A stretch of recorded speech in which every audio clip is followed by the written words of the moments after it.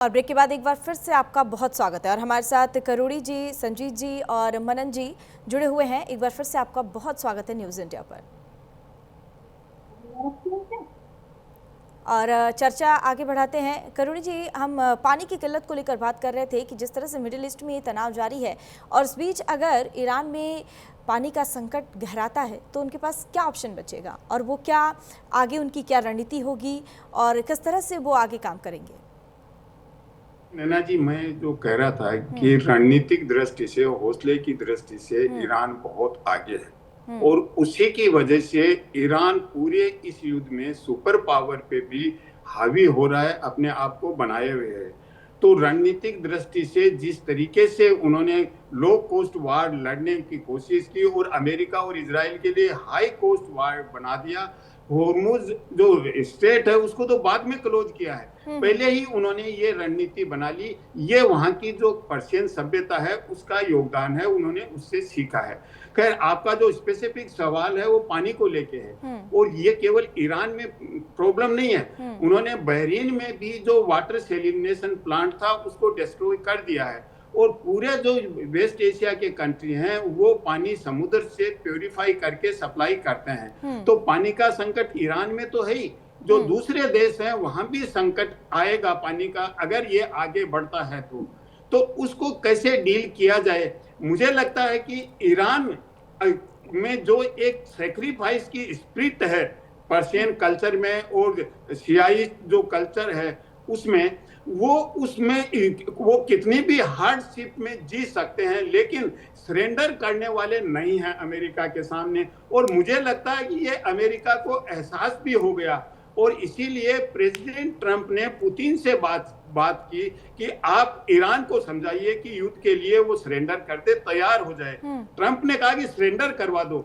लेकिन जो पुतिन ने उनसे बातचीत की तो ईरान ने अपनी शर्तें रख दी और शर्तें यहां तक रख दी कि हम तो कंपनसेशन लेंगे, हमारा नुकसान किया युद्ध ईरान ने और अमेरिका ने किया है, हमने नहीं किया है। और बहुत सी शर्तें रख दी कि आगे से युद्ध नहीं होगा, हमारी सुरक्षा सोवरेनिटी को कोई वायलेट नहीं करेगा, और बहुत सी शर्तें रख दी ईरान ने। तो रशिया का तो वहां बात नहीं मानी। अब पाकिस्तान, टर्की, सऊदी अरब और अब वो इजिप्ट को भी इन्वॉल्व करना चाहते हैं। तो एक बैक चैनल डिप्लोमेसी चलाने की कोशिश कर रहे हैं कि किसी न किसी रूप में इजराइल तो नहीं आएगा, अमेरिका और ईरान को नजदीक लाया जाए और इस युद्ध को किसी न किसी रूप में रोकने का प्रयास किया जाए, कम से कम सीज फायर हो। ईरान अब इस स्थिति में तैयार नहीं हो रहा है और अमेरिका में विरोध बहुत ज्यादा हो गया है। जो ट्रंप पहले ठीक है करोड़ी जी, बने रहिए, लौटेंगे आपके पास। इस बीच बड़ी खबर सामने आ रही है, बड़ी खबर से आपको मुखातिब करवा देते हैं। यूएई के फुजैरा पोर्ट के पास बड़ा धमाका हुआ है। फुजैरा पोर्ट के पास तेल टैंकरों पर बड़ा धमाका हुआ है, बड़ा हमला हुआ है। इस वक्त की ये बड़ी खबर, हमले के बाद तेल टैंकर में भीषण आग लग गई। बड़ी खबर इस वक्त की, लगातार मिडिल ईस्ट में तनाव जारी है और इस बीच ये बड़ी खबर सामने आ रही है जहां हमले के बाद तेल टैंकर में आग लग गई। और ये बड़ी खबर मिडिल ईस्ट में बढ़ते तनाव को लेकर महायुद्ध से जुड़ी ये बड़ी खबर सामने आ रही है। एक बार फिर यूएई के फुजैरा पोर्ट के पास ये बड़ा धमाका हुआ है और हमले के बाद वहां तेल टैंकर में आग लग गई। और लौटेंगे, हमारे खास मेहमान हमारे साथ जुड़े हुए हैं। करोड़ी सिंह जी, आप अपनी बात को पूरी कीजिए। मैं ये कह रहा था कि ये पानी का संकट तो वहां भी है, लेकिन जो बैक चैनल डिप्लोमेसी चल रही है, ईरान यूएई पे बिल्कुल भरोसा नहीं करेगा, क्योंकि यूएई है वो इजराइल के साथ ईरान के अनुसार मिला हुआ है। केवल ओमान पे भरोसा था, बाकी ये दूसरे कंट्री हैं, सऊदी है, टर्की है और इजिप्ट है, ये और इवन पाकिस्तान, ये जो बैक चैनल डिप्लोमेसी कर रहे हैं, ये कहां तक बढ़ती है मुझे लगता नहीं कि ये ज्यादा बढ़ेगी। लेकिन ट्रंप ने एक चीज स्वीकार करना शुरू कर दिया है कि युद्ध को शुरू करने के लिए मैंने नहीं किया है, मेरे जो एडवाइजर हैं उसमें स्टीव विटकोफ, रूबियो, हेक्सेथ और कुशनर, उनके नाम उन्होंने लिए हैं कि उन्होंने ये कहा कि अगर हम युद्ध नहीं करेंगे तो ईरान हमारे ऊपर युद्ध कर देगा। उनकी सलाह से मैंने प्रीएम्प्टिव युद्ध शुरू किया, जो कि एक हफ्ते तक वो खुद क्रेडिट लेते रहे व्यक्तिगत रूप से ट्रंप। तो इसका अर्थ है कि वो अब निकलना चाहते हैं युद्ध से, क्योंकि अमेरिकन समाज में बहुत विरोध हो गया है कि हम हमारे लोगों को क्यों मारें, हम हमारा वहां अर्थव्यवस्था को जो नुकसान हो रहा है वो क्यों करें, हमें हथियार वेस्ट क्यों करें। तो अब ट्रंप के लिए निकलना मुश्किल हो रहा है कि किस तरह से निकलें। तो उन्होंने हॉर्मुज जो स्ट्रेट्स है उसको खोलने के लिए सभी कंट्रीज से बात की, चीन से भी कहा कि आप जहाज भेजो, जापान से कहा, ऑस्ट्रेलिया से कहा, फ्रांस से कहा, ब्रिटेन से कहा, कोई तैयार नहीं है वो ट्रंप की इसमें मदद करने के लिए। जो दोस्त हैं अमेरिका के बहुत अच्छे मित्र हैं वो भी तैयार नहीं है, क्योंकि उनको कंसल्ट नहीं किया, अकेले ने डिसीजन ले लिया।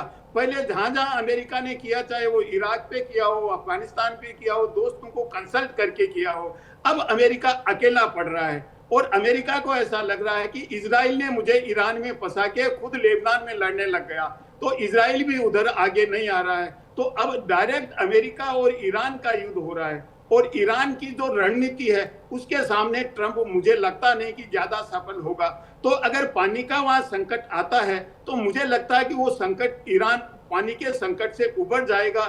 जिस तरह की उनकी रणनीति है उसमें ज्यादा संकट ईरान में नहीं आएगा। पानी का संकट आएगा तो सभी देशों में आएगा। तो लगता है कि कहीं न कहीं बातचीत की प्रक्रिया चले, जो कि ट्रंप चाहते हैं, और वो स्ट्राइक करना बंद कर दें। क्योंकि जो अमेरिका की रणनीति थी, जो वो यूज करना चाहते हैं 1, 2, 3 जो भी थी, वो सब रणनीति ईरान के मामले में सब असफल होती लग रही है उनको। तो अब जब ईरान का अपर हैंड है तो किस तरह से इसको डील किया जाए, इसीलिए उन्होंने चाइना को कहा कि शिप भेजो। रशिया पुतिन से बात की 1 घंटे तक कि आप इसमें कुछ इन्वॉल्व हो। तो जो पहले से ट्रंप सोच रहे थे वो पूरी उनका जो सोच था वो लगभग डिसमेंटल हो गया है, और एक बहुत ही ज्यादा अमेरिका के लिए संकट ज्यादा है, ईरान से भी कहीं ज्यादा। ओवर नैना। हाँ, तो हमारे साथ अब संजीत जी भी जुड़े हुए हैं, इनसे भी जान लेते हैं कि इस पर इनकी क्या प्रतिक्रिया है कि डोनाल्ड ट्रंप का अगला रास्ता वो क्या अपनाएंगे, क्या उनका अगला कदम होगा, और उनके पास क्या आगे रणनीति है जिस पर वो काम करेंगे। नैना जी, डोनाल्ड ट्रंप साहब को कुछ नहीं पता आगे क्या करना है। डोनाल्ड ट्रंप साहब जो है, शुरू में शायद उनको पता हो जब लड़ाई शुरू हुई थी, लेकिन अगर आप जो उनके पूरे जो है इसको देखें किस तरीके से ये इवेंट्स हुए हैं। 8 मार्च को डोनाल्ड ट्रंप साहब ने अपने स्पेशल जो उनका सोशल ट्रूथ है उस पर लिखा कि यूके ने हमसे कहा कि हम अपने 2 एयरक्राफ्ट कैरियर भेजने के लिए तैयार है। तो मैंने उनसे कहा कि अब कोई फायदा नहीं है, अब तो हम लड़ाई जीत चुके हैं, लड़ाई जीतते टाइम हमें किसी की मदद नहीं चाहिए। दैट वाज ऑन 8 मार्च को ये मैसेज है।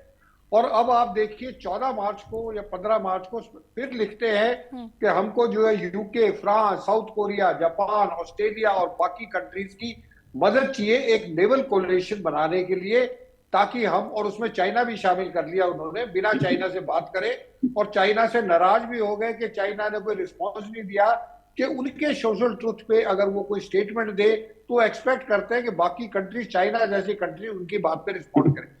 जापान ने बिल्कुल मना कर दिया, ऑस्ट्रेलिया ने मना कर दिया, बाकी जो यूरोपियन यूनियन के देश हैं उन्होंने उनके ऊपर कोई टिप्पणी नहीं करी, because for them it is not important to comment.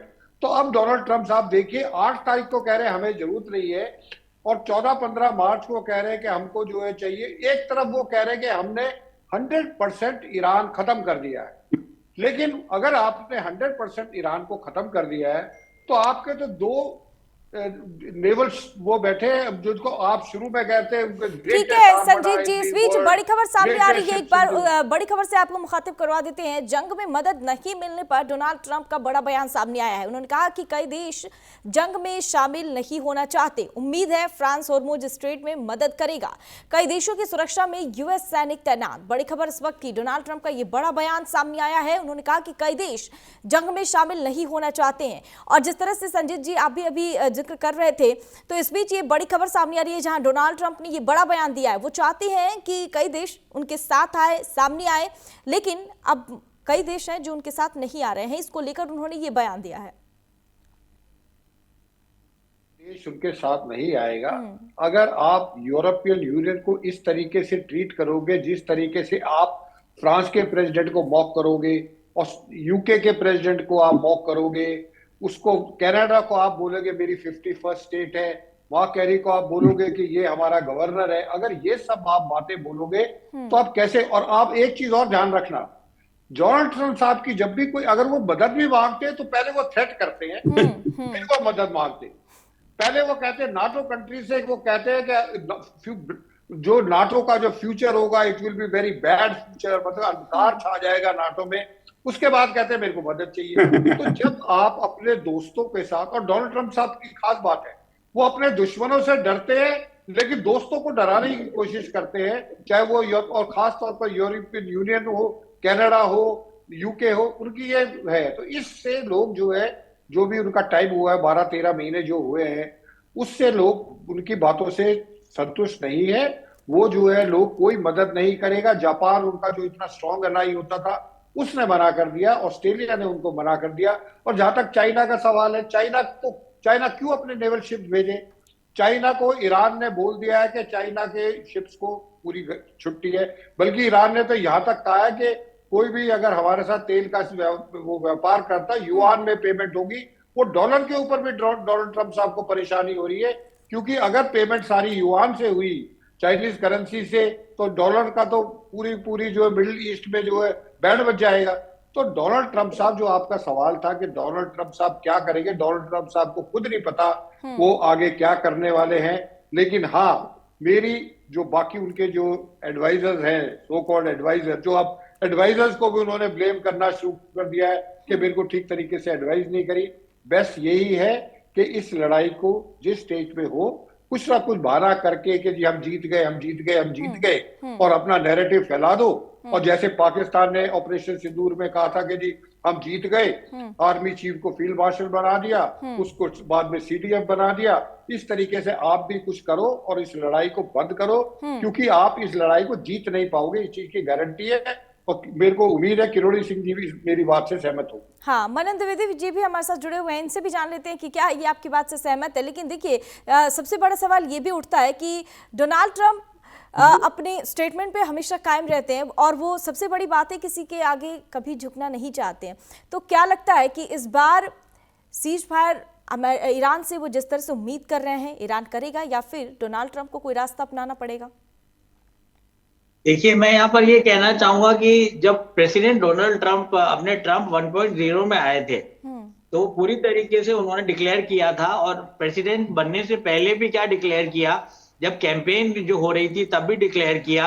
और इसी पॉलिसी को उन्होंने 2024 में भी आने के बाद, जो पहला 20 जनवरी को 2024 को पहला state of the union address हुआ, ये कहा कि अमेरिका अब विश्व से विड्रॉ करने वाला है। उन्होंने डिक्लेयर किया कि जो आइसोलेशनिस्ट और जो इंटरवेंशनिस्ट विदेश नीति और कूटनीति रही है अमेरिका की इतने वर्षों से, उसको उसमें कमी लाई जाएगी। और अमेरिका एक Mount Sinai nationalism, Mount Sinai राष्ट्रवाद की धारणा को फॉलो करेगा। ये बात हिस्टोरिकल भी नहीं है, कंटेम्पररी है, बिल्कुल इतिहास की बात हम नहीं कर रहे। तो उसमें ये उन्होंने सोचा कि अमेरिका डिक्लाइन पर है, ऐसा हम लोग जानते हैं। आईआर के स्कॉलर्स भी मेरे को सपोर्ट करेंगे कि अमेरिका डिक्लाइन पे है। उनकी इकोनॉमी, उनकी स्ट्रेटजीज और उनकी जो कोएलिशंस हैं और उनकी जो नेटवर्किंग है वो उतने अच्छे तरीके से नहीं चल रही है, क्योंकि मल्टीपोलैरिटी का वर्ल्ड है, मल्टीलैटरलिज्म का वर्ल्ड है और मल्टी अलाइनमेंट की बात है। तो पर ये विरोधाभास हम देख सकते हैं ईरान के साथ जो वॉर चल रहा है, एक तो उसमें, उसके अलावा जिस तरीके से अमेरिका सब जगह आया, सब जगह अमेरिका ने पार्टिसिपेट किया, इंटरवीन किया। तो जो मूलभूत नीति डिक्लेयर की थी, जो आधारभूत नीति डिक्लेयर की थी प्रेसिडेंट डोनाल्ड ट्रंप से, वो वहां से उन्होंने पलटी मार ली। पहली बात तो ये। दूसरी बात, मैं ये नहीं कहूंगा कि युद्ध अभी खत्म हो गया है, और ये मैं मानने को तैयार नहीं हूं कि बूट्स ऑन ग्राउंड की स्ट्रेटेजी कभी भी अमेरिका की डिफेंस नीति में बिल्कुल ही नहीं थी। ऐसा ये मैं नहीं मानूंगा। मैं बस इतना बोलूंगा कि अगर हम इतिहास में फिर जाके, तो वियतनाम वॉर हुआ था 60s और 70s की स्टार्टिंग तक, और वहां पर बिल्कुल मुझे ये कहने में कोई अतिशयोक्ति नहीं है कि अमेरिका को वहां पर हार मिली थी और करीब 50 से 55 हजार जो अमेरिका के जो सैनिक थे वो वहां पर हताहत हुए थे, मार्टर हुए थे, शहीद हुए थे। तो ये बात वहां पर देखने को मिली थी। तो अमेरिका की इतनी बड़ी हार हुई थी कि एक तरीके से वियतनाम सिंड्रोम नाम का एक श्राप, ये अवधारणा अमेरिकन एस्टेब्लिशमेंट, बड़े ही वो स्टेट डिपार्टमेंट हो, व्हाइट हाउस हो, कांग्रेस हो या फिर यूएस कांग्रेस हो या उनका पेंटागन हो, उस पर छा गया था और अमेरिका हिचकने लगा था अपने वैश्विक रोल को आगे बढ़ाने से। पर 91 में जो सद्दाम हुसैन के साथ वॉर हुआ, 2003 में इराक का वॉर हुआ जिसमें सद्दाम हुसैन का तख्ता पलट हुआ, उसके चलते अमेरिका का जो लॉस्ट कॉन्फिडेंस था वो वापस आया। पर ये हम देखेंगे कि इराक में अगर जो शिमरिंग सक्सेस मिली प्रेसिडेंट जॉर्ज बुश को, वो बूट्स ऑन ग्राउंड का बहुत बड़ा रोल है। इतना ज्यादा टेरराइज कर दिया सद्दाम हुसैन को, और उनके भी रिपब्लिकन गार्ड्स थे, यहाँ पर हमारे रिवॉल्यूशनरी गार्ड्स हैं, उनके भी रिपब्लिकन गार्ड्स थे। तो उनको इतना ज्यादा टेरराइज किया उन लोगों ने कि सद्दाम हुसैन एक खड्ड में छुप गए और हजारों की तादाद में, लाखों की तादाद में इराक की मिसफिट और इल प्रोवाइडेड, इल इक्विप्ड आर्मी को सरेंडर करना पड़ा। मैं यहाँ वॉर मॉन्गरिंग नहीं कर रहा हूं, पर फिर भी मैं इतना जरूर कहूंगा कि ईरान के परिप्रेक्ष्य में हम देखें तो हम पाएंगे कि 2500 मरीन कमांडोज इनफ नहीं होंगे। और अटलांटिक, हम यहां पर बात कर सकते हैं ट्रांस अटलांटिक डिवाइड की, जिसके चलते नेटो और यूरोपियन यूनियन के कंट्रीज भी सपोर्ट करने को तैयार नहीं है अमेरिका को। तो कहीं ना कहीं ये चीज डोनाल्ड ट्रंप को देखनी पड़ेगी। और मुझे लगता है कि सेकंड फेज अगर चला ग्राउंड, बूट्स ऑन ग्राउंड का, जिसमें कि थल सेना का भी यूज हुआ, तो बहुत हैवी कत्लेआम मचेगा और वैश्विक अर्थव्यवस्था और जो तेल का जो क्राइसिस है वो बहुत अनपैरेलल्ड वे में सबका नाश करेगा, प्रॉब्लम खड़ी हो जाएगी विश्व के लिए। और कहीं जो 1973 में यौम किप्पुर की जो बात हुई थी, 1973 में यौम किप्पुर वॉर हुआ था, ये बहुत इंपॉर्टेंट है, बहुत सिग्निफिकेंट है। तो प्रति बैरल जो ऑयल की कीमत थी उस समय अमेरिका के लिए, नीदरलैंड्स के लिए, यूके और फ्रांस के लिए वो एक समय तो $200 प्रति बैरल बढ़ गई थी। तो अगर ये एक तरीके का डिलेमा है, ये एक तरीके का स्ट्रेटेजिक डिलेमा है, जिसके बारे में मैं कुछ नहीं कहना चाहूंगा, पर अपनी बात को खत्म करते हुए मैं बस यही कहूंगा कि अभी युद्ध का अंत नहीं हुआ है। शॉक एंड ऑ और टेकिंग आउट, ये जिस तरह की प्रमुख रणनीतियां होती हैं अमेरिका की, वो सफल नहीं हुई हैं। तो देखने वाली बात है कि अगर बूट्स ऑन ग्राउंड आते हैं, पर क्वेश्चन है कहां से आएंगे। बूट्स ऑन ग्राउंड आते हैं तो रिजीम चेंज में और रिवॉल्यूशनरी गार्ड्स को पूरी तरीके से निस्तानाबूद करने में अमेरिका और कोएलिशन ऑफ विलिंग को कितना समय लगेगा, इसके बारे में मैं अभी कुछ कहना नहीं चाहूंगा, मैं फोरकास्ट नहीं करना चाहूंगा, क्योंकि एक तरफ तो टेररिज्म को खत्म करने का सिद्धांत है, ईरान की रिजीम चेंज करने की सिद्धांत है, ये बात मैं कर रहा हूं। और दूसरी बात है कि जिस तरीके से हमारे यहाँ अभी ही नेचुरल LNG का क्राइसिस पैदा होता जा रहा है भारत में, इससे भी बचने की स्थिति है। तो कहीं ना कहीं कोई मिडिल वे अगर निकाला जाए तो बहुत अच्छा होगा, और इसका बेस्ट तरीका है विदाउट ईरान को नुकसान पहुंचाए हुए वहां पर रिजीम चेंज लाई जाए। और अगर हम देखें इतिहास को, कंटेम्पररी हिस्ट्री को देखें, इतिहास भी नहीं, तो हम पाएंगे कि जो रशिया हमारा बहुत अच्छा मित्र है, जिस रशिया के बारे में हम लोग कसीदे कसते रहते हैं, तो उन्होंने भी चेचेनिया में और कई जगहों पे, चेचेनिया में किया और जॉर्जिया में किया और अजरबैजान में भी किया, ये रिजीम चेंज उन्होंने किया। तो रिजीम चेंज तो एक तरीके से जो बड़े सुपर पावर्स हैं, जो ग्रेट पावर्स हैं, उनकी विदेश नीति का ऐतिहासिक रूप से ये अभिन्न अंग रहा है। मैं इतना ही कहना चाहूंगा। हाँ, ठीक है। और ऐसे में करोड़ी सिंह से भी सर आपसे भी जान लेते हैं कि जिस तरह से लगातार ये जंग आगे बढ़ रहा है और महायुद्ध की भयानक तस्वीर सामने आ रही है, तो अब ऐसे में सवाल ये भी उठता है कि अगर हालात और बिगड़ते हैं तो क्या अमेरिका सीधे सैन्य कार्रवाई भी कर सकता है? देखिए नैना, मैं नहीं सोचता कि अमेरिका बूट्स ऑन ग्राउंड भेजेगा और भेज के ईरान में सफल रहेगा। वो असंभव है। जहां ईरान की संस्कृति देखें, वहां का समाज देखें, वहां का इतिहास देखें, उससे अमेरिका और अधिक फंस जाएगा। और अमेरिका का जो पेंटागन है वो इतना बड़ा ऑफिस है, इतना इनपुट मिलता है। मुझे लगता है कि ट्रंप ने वार शुरू करने से पहले भी पेंटागन की जो एडवाइस थी उसको फॉलो नहीं किया है। उन्होंने अपने जो एडवाइजर्स थे उन्हीं के एडवाइस से ही शुरू कर दिया था। तो मुझे ऐसा लगता है, क्योंकि अमेरिका का इनपुट इतना कमजोर नहीं है। लेकिन संजीव सर ने जो बातें बताई उससे सहमत होते हुए थोड़ा मैं उसको एलोबरेट करूंगा। जो डॉलर फैक्टर की बात की, क्योंकि ईरान ने कहा कि जो डॉलर में तेल खरीदते हैं उनको नहीं जाने दूंगा, युआन में या कोई दूसरी करेंसी भी है तो उनको वो जाने देंगे। तो वो युआन डॉलर वाला है। देखिए 1944 में डॉलर को से दुनिया की सब करेंसीज को टेक कर दिया, क्योंकि उस समय मित्र राष्ट्र अमेरिका जीत गए थे। फिर से और डॉलर के का जो रिजर्व था वो गोल्ड था। 71 में गोल्ड को खत्म कर दिया रिजर्व के रूप में और डॉलर को ही रखा।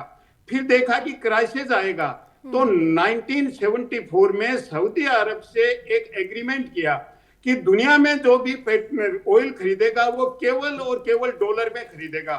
और सऊदी अरब के बाद जो जितने दूसरे ऑयल प्रोड्यूसिंग कंट्रीज थे, सबने ये कहा कि हम तेल बेचेंगे तो डॉलर में बेचेंगे। और उससे एक वर्ड आया कि पेट्रो डॉलर, तो उससे डॉलर और स्ट्रॉन्ग हो गया। लेकिन उसके बाद दो चैलेंज आए डॉलर को। एक तो ब्रिक्स के रूप में उन्होंने डी डॉलराइजेशन की बात की, खुद की करेंसी में व्यापार करने की बात की। और एक ईरान चैलेंज किया कि ईरान ने कहा कि मैं डॉलर में तेल नहीं बेचूंगे, दूसरी करेंसी में बेचेंगे। तो ईरान से रिश्ते उनके लंबे समय से खराब चल रहे थे। आज डॉलर रिजर्व करेंसी के रूप में जो 70% से ऊपर होता था वो 57% आ गया है। तो जो डॉलर को खतरा है उसको कैसे बचाएं? डॉलर अमेरिका के डोमिनेशन का, अमेरिका की सुपीरियोरिटी का सबसे बड़ा मार्कर है। और अगर डॉलर का डोमिनेशन खत्म होता है तो अमेरिका की सुपीरियोरिटी खत्म होता है। और उसको ईरान, ब्रिक्स के साथ साथ ईरान बहुत बड़ा चैलेंज है। तो उसके लिए वो क्या कर सकते हैं, और इसीलिए वो दूसरे देश हैं, यूरोपियन कंट्रीज भी इसीलिए नहीं आ रहे हैं उनके साथ कि यूरो स्ट्रॉन्ग क्यों नहीं हो, डॉलर स्ट्रॉन्ग क्यों हो। और इसी तरह से चीन है, वो तो चीन का युआन तो ऑलरेडी स्ट्रॉन्ग हो रहा है।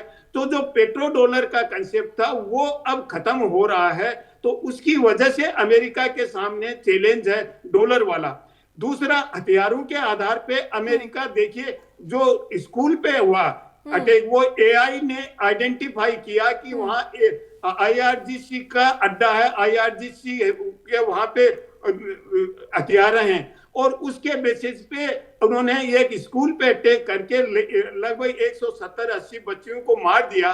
तो उसको लेके ये कह रहे हैं कि एआई है वो वल्नरेबल बहुत है, उसको हमें सोच समझ के यूज करना चाहिए। एआई का आइडेंटिफिकेशन हमेशा सही हो जरूरी नहीं है। इसलिए हाईटेक वार हैं, उनकी जो रिस्क हैं वो भी सामने आ रहे हैं। अब इसमें किस तरह से बचा जाए, बूट्स ऑन ग्राउंड की पॉसिबिलिटी तो रूल आउट है कि अमेरिका उस स्टेज तक बिल्कुल नहीं जाएगा, जाएगा तो डिफीट होगी।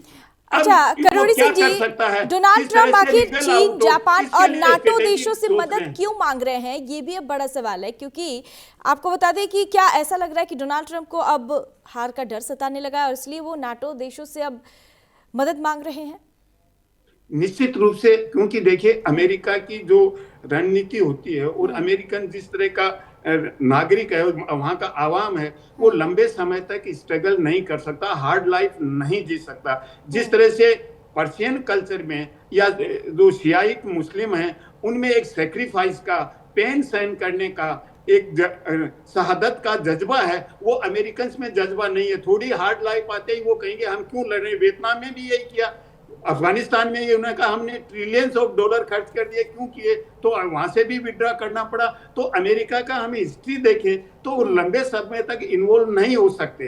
तो इसीलिए वो अब ट्रंप ने सोचा था कि मैं 1-2 दिन में खत्म कर दूंगा, क्योंकि उनकी एक दो रणनीति थी, जैसे पहले लीडरशिप को एलिमिनेट करना, रिजीम चेंज करना, दूसरों को भड़का के ईरान के टुकड़े करना, वो सब रणनीति उनकी फेल हो चुकी हैं। अब उनके सामने कोई रणनीति नहीं बची, और जब रणनीति उनकी खत्म हो गई, एग्जिट का उन्होंने प्लान नहीं बनाया कि कैसे मैं निकलूंगा वार में फंसने के बाद, उसकी वजह से अब संकट आ गया उनके सामने कि मैं अमेरिकन नागरिक हूं, उनको तो कैसे समझाऊं और इस वार से निकलूं कैसे।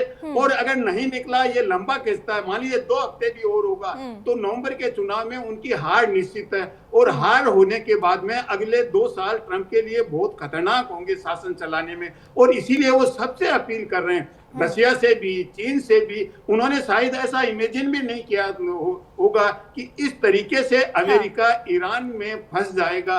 और मुझे लगता है कि कुछ उसके एडवाइजर्स ने भी सलाह दी थी कि इस तरह से आप ईरान में मत फंसिए, लेकिन वो एनकरेज हुए वेनेजुएला से, नाइजीरिया से कि वहां कुछ नहीं हुआ, वहां तो कुछ घंटों में मैंने निपटा दिया, ईरान को भी निपटा दूंगा, 1 दिन लग जाएगा, 2 दिन लग जाएगा। हाँ, तो जाहिर सी बात है प्लानिंग फेल हो गई है। जिस तरह से महाशक्ति का वो इस्तेमाल करते हैं, तो ईरान के लिए भी वो वही सोच रहे थे। ठीक है, तमाम जानकारी और चर्चा करने के लिए अपना कीमती समय हमें देने के लिए बहुत शुक्रिया आपका, संजीत जी, करोड़ी सिंह जी आपका, और मनन द्विवेदी जी आपका बहुत बहुत शुक्रिया। फिलहाल यहाँ रुकेंगे एक छोटे से ब्रेक के लिए, ब्रेक के बाद फौरन